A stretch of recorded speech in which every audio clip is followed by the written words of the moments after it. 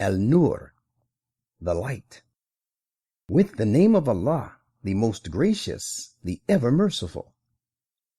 This is a highly dignified surah which we have revealed, and the ordinances of which we have made obligatory, and we have revealed it in clear commandments, so that you may rise to great eminence. Strike the fornicatress and adulteress, and the fornicator and adulterer on the body of each of them 100 times. This is the extreme limit, and let no feelings of pity for the two hold you from obedience to Allah in executing His judgment. If you believe in Allah and the last day, and let a section of the believers be present there at the time of the execution of their punishment. The fornicator and adulterer cannot have sexual relations without lawful marriage, except with a fornicatress and adulteress, or polytheistic woman of low morality. And the fornicatress and adulteress, none can have sexual relations with her except a fornicator and adulterer, or a polytheistic man of low morality. And this adultery and fornication is forbidden to the believers. Strike 80 times on the bodies of those who calumniate chaste women, and who do not support their accusation with 4 witnesses, and never accept their testimony, because it is they who are the disobedient and break the law.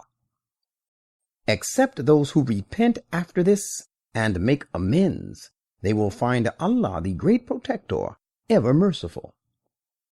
And those who charge their wives of adultery and have no witnesses to support their charge except their own selves, let each husband bear testimony, repeating it 4 times over, calling Allah to witness that he is surely of those who speak the truth in the matter of charging his wife of adultery.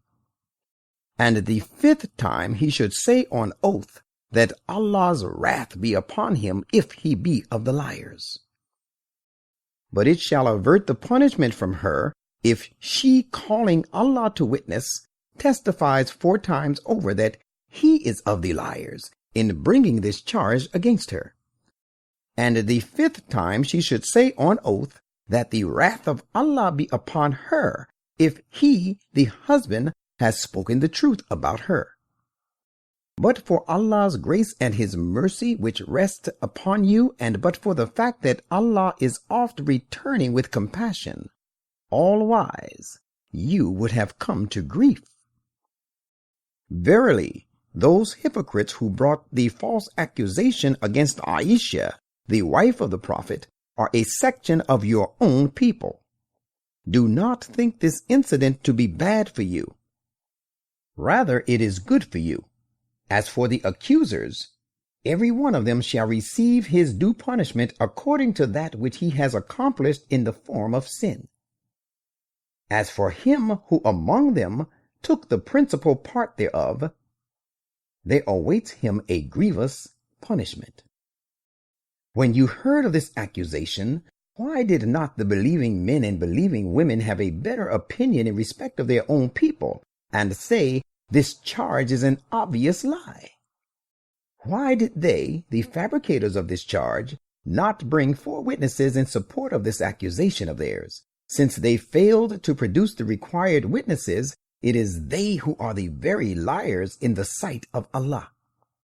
But for the fact that Allah has shown His grace and mercy to you in the present world, and in the next a great punishment would have certainly befallen you on account of that slander which you spread. When some of you began to learn this slander from each other's tongues, you gave tongue to that rumor, and made statements of which you had no knowledge, and you considered it a trivial thing, while it was grave in the sight of Allah. And why did you not say, as soon as you heard of it, it does not behove us to talk like this? Holy are you, O gracious God! This is a monstrous calumny. If you are true believers, you should bear in mind that Allah admonishes you never to repeat such a thing again. And Allah explains to you His commandments, and Allah is all-knowing, all-wise. Those who love to spread immorality among the believers will have a woeful punishment in this world and the next. And Allah knows while you do not know the consequences of this evil. But for the grace of Allah and His mercy that rest upon you, and but for the fact that Allah is most compassionate, ever merciful, none of you would have ever been so chaste and pure. O you who believe, do not follow the footsteps of Satan. He that follows the footsteps of Satan should remember that he, Satan, surely enjoins immorality and indecency. But for the grace of Allah and His mercy that rest upon you, not one of you would have ever been pure, but Allah purifies him who wishes to be purified. And Allah is all-hearing, all-knowing. And let not those of you who are possessed of grace, with moral virtue, and of plenty of riches, like Abu Bakr, swear that they will give nothing to the kindred, the needy, and those who have left their homes for the cause of Allah. But let them forgive and forbear the offense. Do you not desire that Allah should protect you against your faults? And Allah is great protector, ever merciful. Those who calumniate chaste, unwary, innocent believing women stand cursed in the present life and the hereafter, and there awaits them a grievous punishment. On the day of requital, when their tongues and their hands and their feet shall bear witness against them for the evil deeds they used to do. On that day, Allah will pay them in full for their just dues, and they shall know that Allah alone is the absolute truth, and as well makes the truth manifest. The evil and impure deeds are a characteristic of impure people, and the bad and impure people are inclined towards the bad and impure deeds. Similarly, good and pure deeds are a characteristic of good and pure people. And the good and pure people are inclined towards good and pure deeds. It is they, the good and pure, who are innocent of all that they, the accusers, may allege about them. There awaits them protection and an honorable and generous provision. O you who believe, do not enter houses other than your own, unless you have obtained willing permission. And mind, you should greet the inmates of these houses. That is better for you. You have been given this commandment that you may be heedful. But if you find nobody in them, do not enter therein, unless you have got from the owners or the rightful caretaker previous permission. And go back if you are told to go back. That would be pure and best for you. Indeed, Allah is well aware of all that you do. It is no sin on your part to enter freely non-residential houses wherein your goods are lying, and Allah knows all that you profess and all that you conceal. Tell the believers to restrain their looks in the presence of women not closely related to them, and so lawful for marriage, and guard their chastity. That is purer and best for them. Surely Allah is well aware of what they do. And tell the believing women to restrain their looks, also in the presence of men who are not near of kin and so lawful for marriage, and guard their chastity, and not to disclose their natural and make-up beauty except such as cannot be helped, and is apparent, and draw their head coverings over their bosoms, and they should not display their beauty save to their husbands, or to their fathers, or to their fathers-in-law, or to their own sons, or to the sons of their husbands, or to their own brothers, or to the sons of their brothers, or to the sons of their sisters, or their women who are their decent companions, or to their bondsmen, or to such of their male attendants as have no sexual appetite, or to such young children as have yet no knowledge of the hidden parts of women.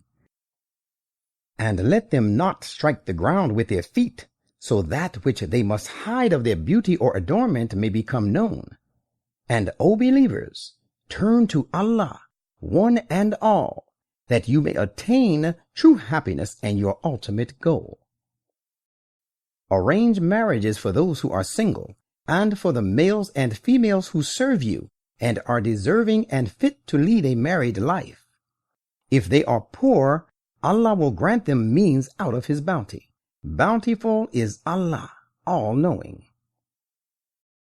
And those who find no means of marriage should exercise restraint and keep themselves chaste until Allah grants them means to marry out of His grace and bounty. There is another commandment, as for those of your bondsmen or women, as ask for a written contract of freedom for themselves on payment of ransom. Write this deed of manumission for them, provided you find good capabilities in them, and give them out of Allah's wealth, which He has given you. Another commandment for you is that, with a mind to gain by this unrighteous means, the benefits of the present life do not constrain your slave girls to unchaste life by keeping them unmarried, when they desire to marry to preserve their virtue. But if anybody forces them to abstain from marrying and to become unchaste, they will find after they are forced that God is most forgiving, ever merciful. And we have sent down to you revelations which explain to you the truth, and have also revealed some accounts of those who have passed away before you. And we have sent in addition an exhortation for those who guard against evil. Allah is the extensive light of the heavens and the earth. His light can be compared to a lustrous pillar on which is a lamp. The lamp is inside a crystal globe. The globe of glass is as if it were a glittering star. It is lit by the oil of a blessed olive tree, which belongs neither to the east nor to the west, rather wells the whole world in its fold. Its oil is likely to glow forth of itself, even if no fire touch it.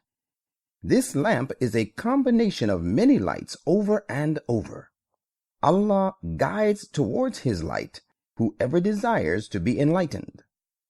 And Allah sets forth excellent parables for the people, and Allah alone has full knowledge of everything. This light is now lit in houses of the companions which Allah has ordained to be exalted, and His name to be commemorated in them. Therein are such as glorify Him in the mornings and the evenings. Men whom neither trade nor sale distracts from exalting the name of Allah, and from the observance of prayer, and from presenting zakat regularly. They dread the day when the hearts and the eyes will be in a state of agitation and anguish, with the result that Allah will give them the reward according to their fairest deeds, and will even give them much more by His grace and bounty. And Allah does provide without measure to whom He will. And as to those who disbelieve, their deeds are like a mirage in a desert.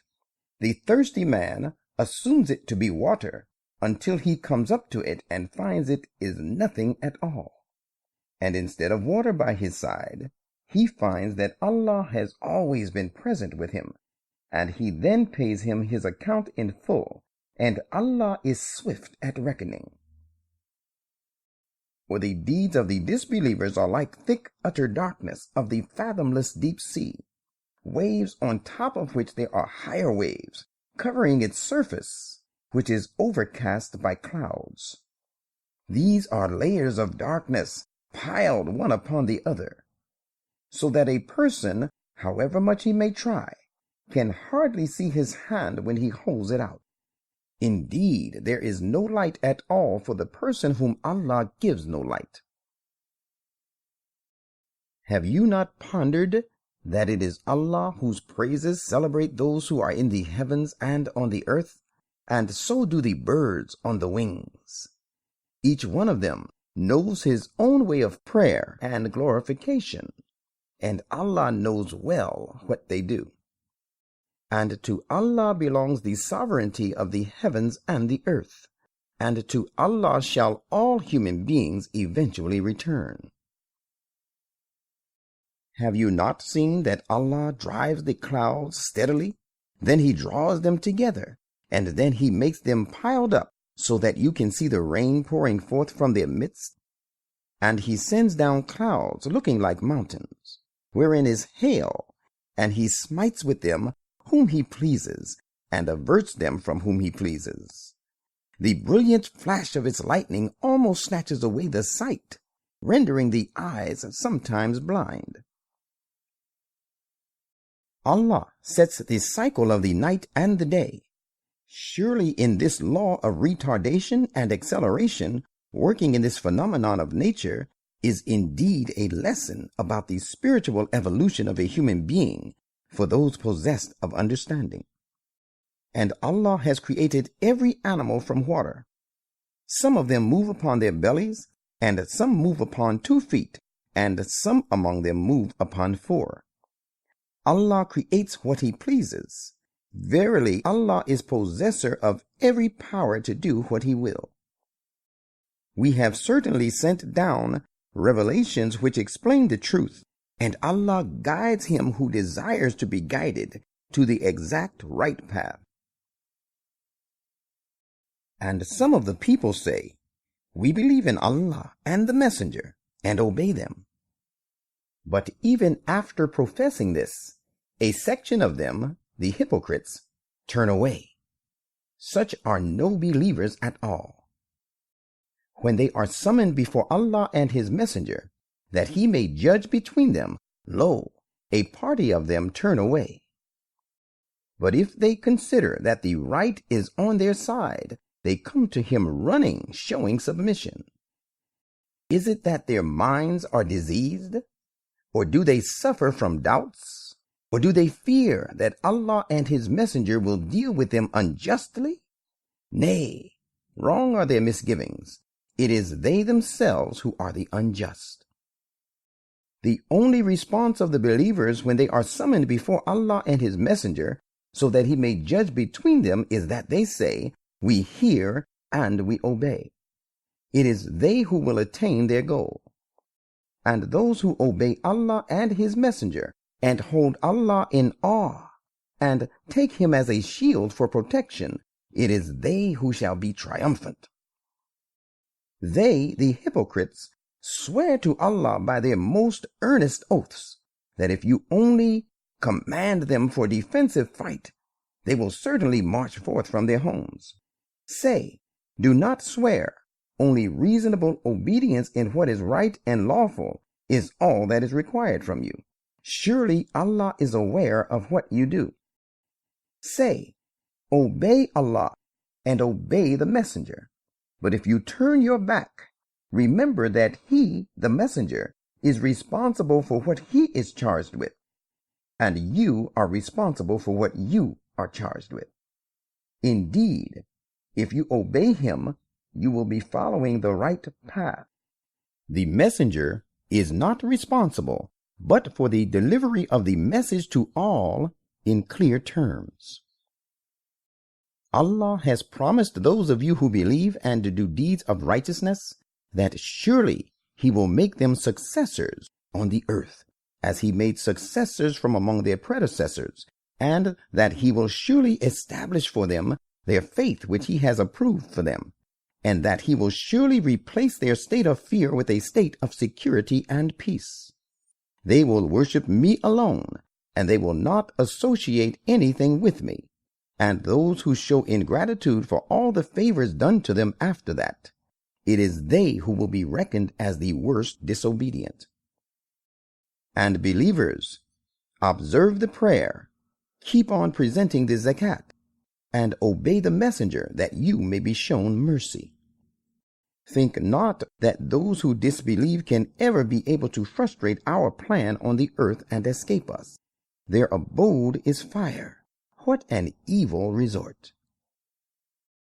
O you who believe, it is binding on those whom your right hands possess, and those of your children who have not reached the age of puberty to ask your permission before coming into your private rooms in 3 instances: before the morning prayer, and when you lay aside your clothes due to the heat in summer, at noon, and after the night prayer. These are 3 times when your privacy should be respected. At other times, no blame shall lie on you or them if they come to you without permission, for they have to move about waiting upon you, some of you attending upon others according to need. That is how Allah explains to you His commandments, for Allah is all-knowing, all-wise. When the children among you reach the age of puberty, they too should seek permission to come to your rooms, just as those elderly people mentioned before them do. That is how Allah explains to you His commandments, and Allah is all-knowing, all-wise. And as to the elderly spinsters who are past childbearing age, and who do not hope for sexual intercourse, it is no offense for them to lay aside their outer garments, provided they do not do it to display their beauty. But if they abstain even from that, it is much better for them. Indeed, Allah is all-hearing, all-knowing. There is no bar on and not improper for the blind, nor is there any bar on nor improper for the lame, nor is any bar on nor improper for the sick, nor on your people that you eat from your own houses, or the houses of your fathers and children, or the houses of your mothers, or the houses of your brothers, or the houses of your sisters, or the houses of your paternal uncles, or the houses of your paternal aunts, or the houses of your maternal uncles, or the houses of your maternal aunts, or from that of which the keys are in your possessions, or from the house of a friend of yours. No blame lies on you whether you eat together or separately. And when you enter houses, greet your people present therein with the salutation prescribed by Allah, a salutation full of blessings and purity. That is how Allah explains to you His commandments, that you may abstain from evils. True believers are only those who believe in Allah and His Messenger, and who, when they are with Him upon any matter of common importance which has brought them together, do not leave the Messenger until they have asked permission of him. Surely it is those who ask your permission who truly believe in Allah and His Messenger. So when they ask your permission for some urgent and important affair of their own, give your permission to whom you will of them, and ask Allah's protection for them. Verily, Allah is great protector, ever merciful.